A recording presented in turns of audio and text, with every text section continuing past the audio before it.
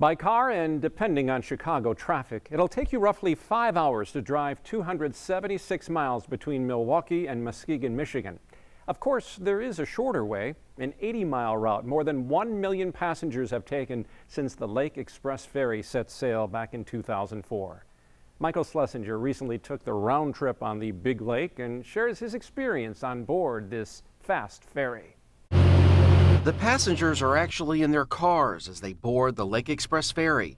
We left Milwaukee just after dawn. Immediately past the breakwater, the gusty winds started howling on the top deck.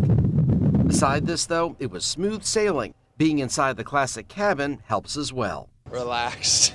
Most of the passengers I spoke with say the convenience is the best part of the trip, beside the breathtaking setting, of course. Well, it's beautiful, just enjoy peace of mind.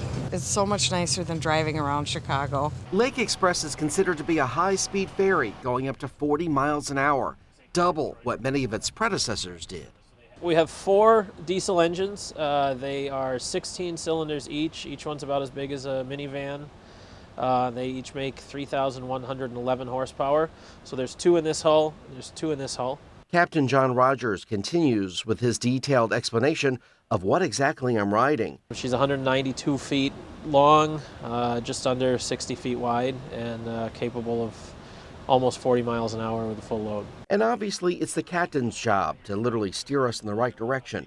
He oversees his crew of deckhands and stewards, not to mention the 100,000 passengers who ride every season. Overall, it's a pretty enjoyable job getting people to, where they want to go and having a good time doing it. The one big challenge, at least for him, is the weather, plus the waves. He says when there are 6-foot swells or greater, the boat usually doesn't operate.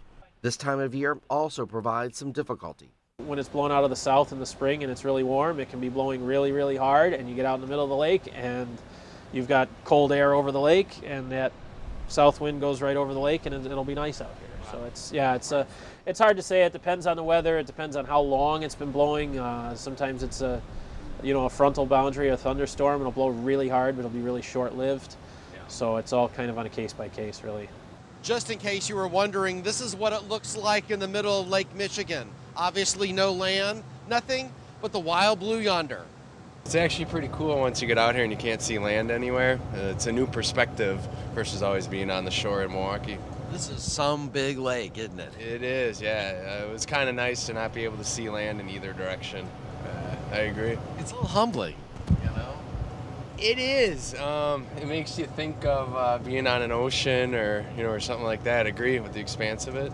On the Michigan side in Muskegon, everything really looks the same. One added bonus, though, you can catch a glimpse of Milwaukee's old ferry, the SS Milwaukee Clipper, permanently docked. Meantime, the boarding and deboarding are handled the same way, but each port of call is manipulated a little differently, though. Come off the dock, turn around, whether it's in Milwaukee, we kind of walk straight off the dock and turn around and head out for the lake. In Muskegon, we've got a little bit of a tighter space, so we back out and we make our turn and then head up that narrow channel.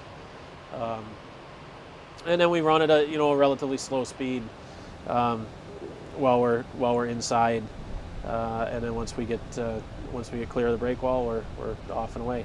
The trip itself is pricey, adding up in the hundreds of dollars, but for some, it's still the better route to go. Definitely worth it to me, and actually it is cheaper than a lot of the flights that you're going to do from where I live. So it is cost effective. With this being the 15th season in operation, there are special promotions happening through at least the start of summer itself. And despite the expense, the 75-mile trek across our huge lake really is worth so much for so many. It goes the distance, starting with the memories. I got a couple photos of it, so it was nice. Nothing beats watching the sunrises up on the deck, and it's fun. In 2.5 hours, you're just there. It's great.